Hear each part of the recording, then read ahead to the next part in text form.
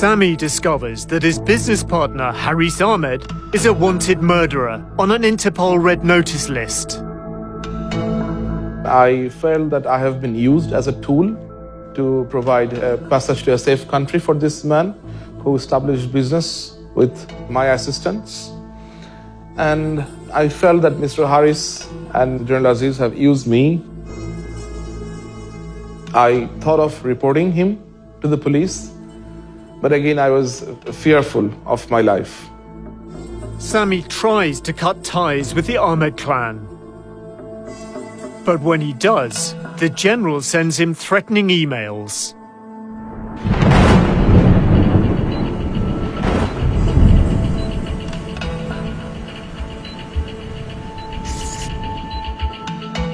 General Aziz became very violent with his words. He became very furious. He sent me emails where he directly threatened me.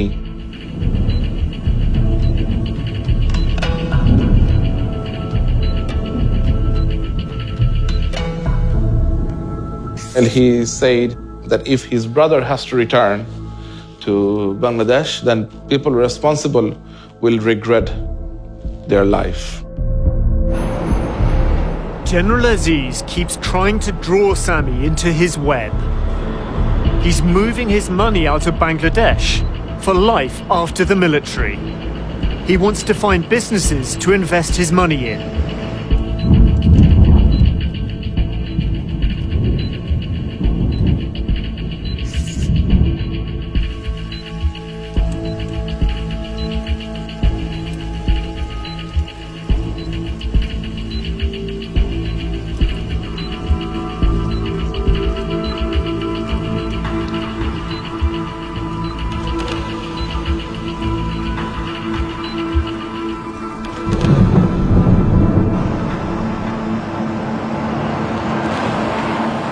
By 2019, Sami's had enough, but he goes along with their schemes. Except now, he's working with the I Unit.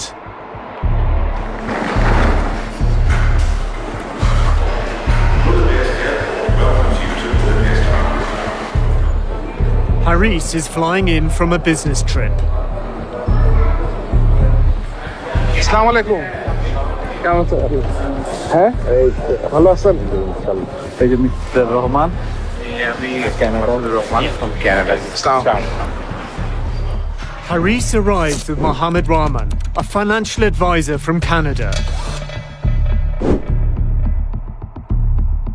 Rahman runs an immigration service that helps wealthy Bangladeshis acquire residency abroad. Haris's assistant is with the team.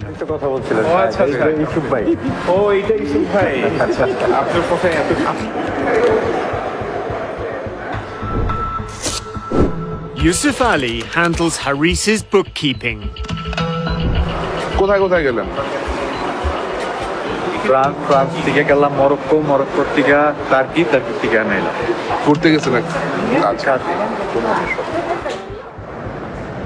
The discussion turns to Haris's political influence in Bangladesh. His associates know Haris has connections to the Prime Minister. আপনি মন্ত্রী হবেন কবে? আপনি মন্ত্রী হবেন কবে? মন্ত্রীকে কি করবো? মন্ত্রীকে তো না চাই আপনি।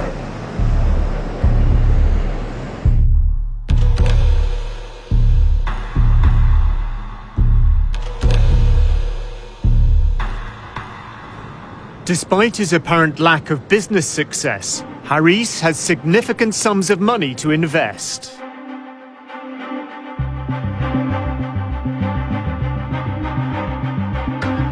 Haris and Rahman want to buy a hotel. Sami is showing them around. How many rooms do you have? 66. 66 rooms. এটা কত টাকা চাই? এটা 7.2 million euro. 7.2 billion বাংলা কত? ওই হোটেলটা is more viable than this one. The Bay of Bengal, the umbrella company for Haris's investments, has an office in this building. It's above a goulash restaurant, owned by Haris. Next door is an unlicensed foreign exchange bureau. That too belongs to Haris. It's manned by his assistant, Yusuf Ali. Yusuf confirms to Sami that Haris's main source of funds is government contracts from Bangladesh. কোন ধরনের ব্যবসা উনি involve, কোন ধরনের কাজ উনি এটা আসলে ওই যে মিনিস্ট্রি বা এই সমস্ত বা আরো সরকারি লেভেলের কোন দান্দা করছে এগুলো আমার ধারণা। আচ্ছা আচ্ছা, হয়তো মামু লাগবে, না হয় মামুর জোর লাগবে। A letter from the Bay of Bengal company contains the proposal for a consignment of military bunk beds. It's addressed to the Director General of Border Guards Bangladesh, the BGB. It's dated November 2015. The Director General of the BGB is Haris's brother, Aziz. Patronage appears to provide Haris with ample earning opportunities. গত ইলেকশনে তো আমার সামনে দেখছি কতজনে দান্দা ওনারে বলছে ভাই আমার একটা নমিনেশন দিয়ে দেন, আমি 5 কোটি টাকা দেবো। Seriously? Yusuf says that Haris acts as a middleman and fixes army contracts for the right price. তো হাসান মিয়া এগুলো ইচ্ছা করলে ব্যক্তিগতভাবে কিছুটা আমি ক্লিয়ারলি বলতে পারবো না কি 2-4 কোটি টাকা, এই 2-4 কোটি না 30-40 কোটি টাকা মিনিমাম কামাই নিছে কয়েকদিনে। 30-40 কোটি টাকা? Oh. The I unit obtains evidence that Haris Ahmed is establishing an investment portfolio outside of Hungary.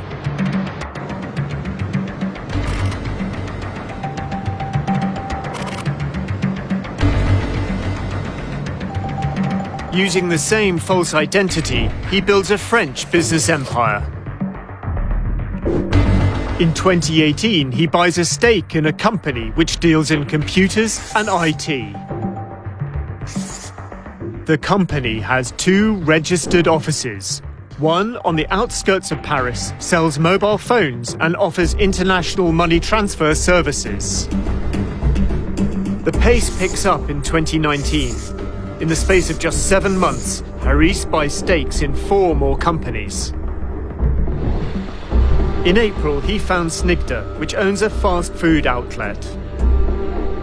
Then in May, he buys a stake in a retail company called TPTY. He sells it shortly after. This pattern and style of doing business is not inconsistent with money laundering. The construction of companies, company types, jurisdictions, bank accounts, the whole range of activities that he has been involved in are entirely consistent with schemes put together to funnel criminal funds through the system in order to make them look legitimate. There is absolutely the ability to hide in plain sight, so the busier the financial centre, the easier it is to lose a bit of dirty money in it. In June 2019, he registers the Bay of Bengal in France, which owns an Indian restaurant.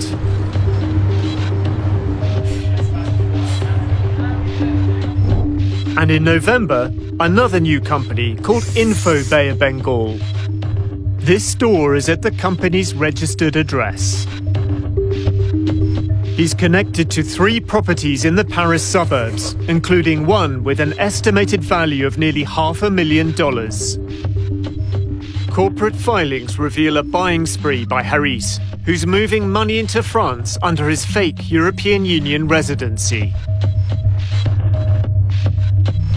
It's introducing the money into the system, layering, moving that money between lots of different companies and countries, and then integration, putting it back into the real economy. Well, what better place to put it back into than property? It is the traditional home of dirty money.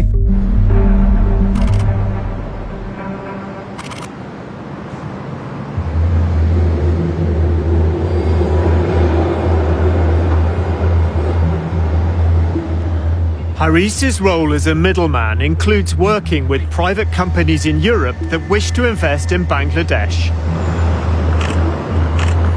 Mohammed Rahman, the Canadian businessman, comes to help Haris negotiate a potential deal worth a fortune.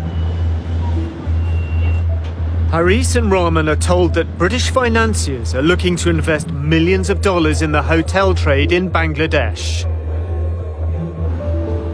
Sami organizes a video conference with a British investment firm. Haris uses his assumed name. Hello. Hi, good morning. Hello. Hey, gentlemen. I'm Yes, hello. Hi. Mohammed Hassan. Hi, pleased to meet you. So my name is Mr. Rahman from Rahman. Canada, Vancouver. Pleased to meet you too. But this is not what it seems. The representative of the investment firm is working for the I unit. To do something in Bangladesh is really great idea, but there's some problems because of still there's political issues and a little bit corruptions. Of course, although the country is coming up has such a problem. But good things for Mr. Hassan because he is very well connected with the high officials, very connected with the government, especially the Prime Minister herself. In return for his high-level contacts, Haris demands a commission of 20%. Just 1 second, please. He breaks down the fake investment proposal. €100,000 dollar or euro or 100 billion. এটা invest করতে হবে যদি 5 star বা any business Dhaka করতে চায় for land by purchase এত মিলিয়নের নিচে কোনো সুইটেবল ওই ধরনের ব্যবসা হবে না আমাদের যেটা ওইটাই 20% for all negotiation Then Rahman spells out how they work. Then he will send this letter to his elder brother and will officially visit your place to talk a little bit more. If needed, we'll call our High Commission in London. So High Commission people also will be in the meeting to make it real official something. Then he can take this proposal to our Prime Minister and the army chiefs, which looks better and solid and concrete. So his company will be your consultant for Bangladesh. Basically, at this moment, his elder brother is running the country, in fact, because our Prime Minister leave everything to army chief to run the country for the big developments. This is his brother, actually.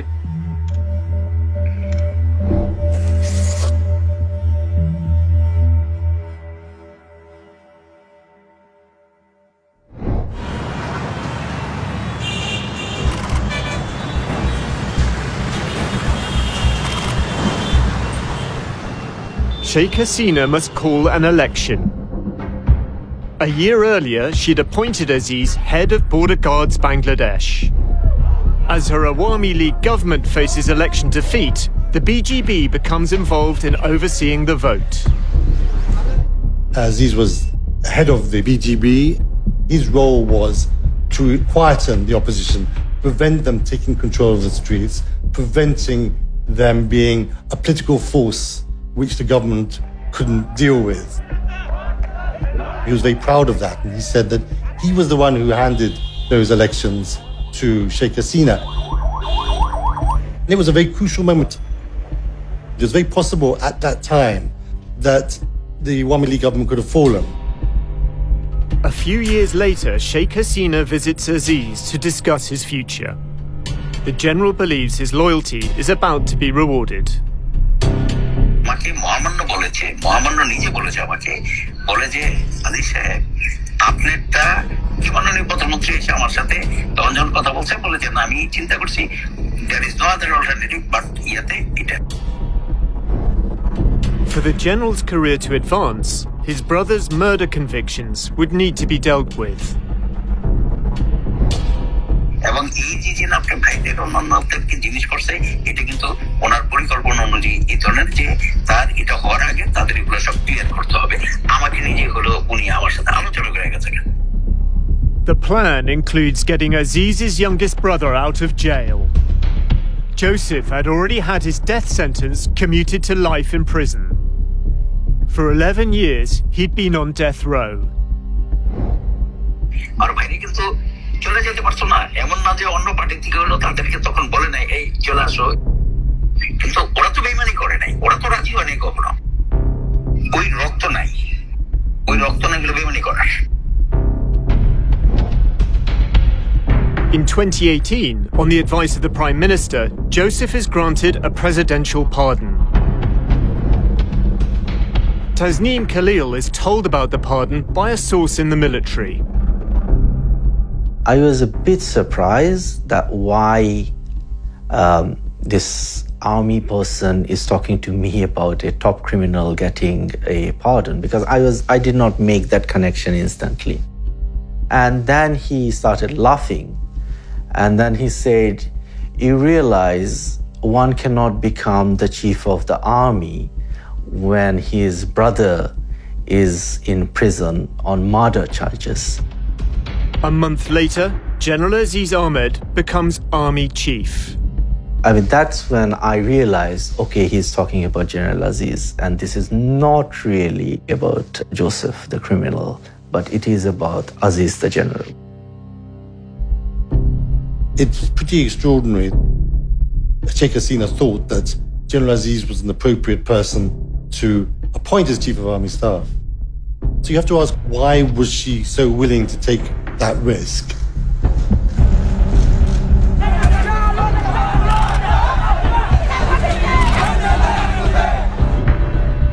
In December, Sheikh Hasina holds another election. General Aziz helps her consolidate power. In 2018, Army played a very active role and assisted the massive rigging that went on in nearly every voting center in Bangladesh. The leader of the opposition and Hasina's longtime rival, Khalida Zia, is in jail. Others detained and never seen again. Sheikh Hasina has been very, very upfront and transparent about her goal of destroying the opposition. She's basically trying to brand herself and her family as being synonymous with the state.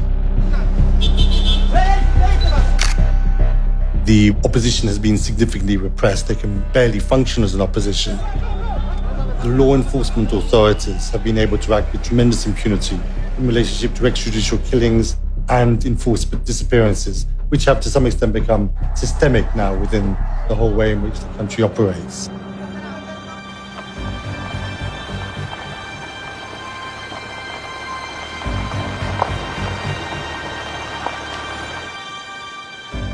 The I Unit has obtained documents that reveal how Bangladesh's security forces gather information on Sheikh Hasina's opponents.